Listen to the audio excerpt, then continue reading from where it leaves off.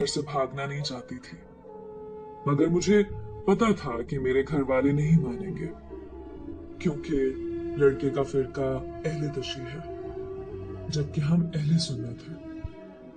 आयशा की सारी दास्तान सुनकर मेरे पास कहने को कुछ नहीं बचा था। वहां से निकलते वक्त आयशा ने हाथ जोड़कर दरख्वास्त की कि मैं कभी किसी से उससे होने वाली मुलाकात का जिक्र ना करूं। आयशा से मिलकर मुझे इश्क से और आयशा से नफरत हो गई थी। फिर मैंने 1 महीने के अंदर घर वालों की मर्जी से शादी की और अपनी बीवी को लेकर फ्रांस वापस आ गया। मगर मुझे अंदाजा नहीं था कि जिस मोहब्बत का मैं इख्तिताम कराया उस मोहब्बत का अंजाम अभी बाकी है। 3 महीने बाद मुझे मेरी कजिन की कॉल आई और उसने कहा कि आयशा तुमसे बात करना चाहती है। मगर मैंने ये कहकर कॉल बंद कर दी कि मुझे कोई बात नहीं करनी। अगले दिन फिर कजिन की कॉल आई और मैं कॉल सुनते ही पाकिस्तान के लिए रवाना हो गया।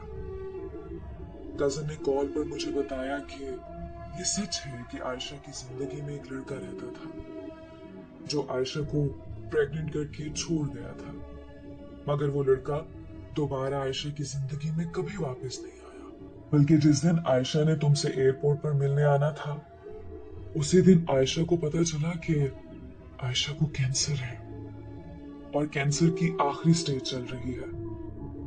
उस दिन मैं आयशा के साथ ही थी। वो बहुत रोई, मगर अपने लिए नहीं बल्कि तुम्हारे लिए, क्योंकि वो जानती थी कि तुम उसकी मौत का सदमा बर्दाश्त नहीं कर पाओगे।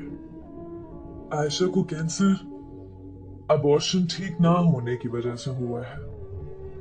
अबॉर्शन के बारे में किसी को ना पता चले, इसलिए वो सबको छोड़कर मेरे घर आकर रहने लगी।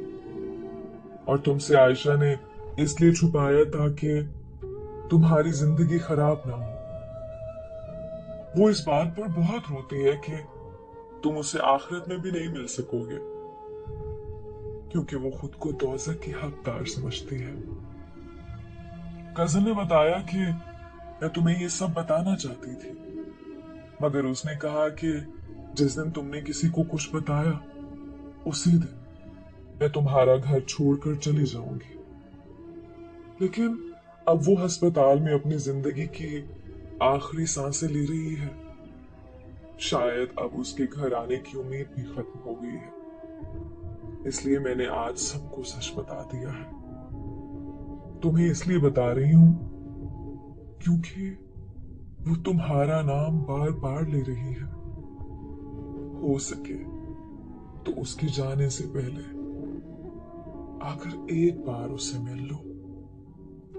इसीलिए मैं फौरन पाकिस्तान के लिए निकल पड़ा था, मगर अफसोस कि मैं उसका आखिरी दीदार भी नहीं कर सका, क्योंकि मेरे पहुंचने से पहले उसे दफना दिया गया था।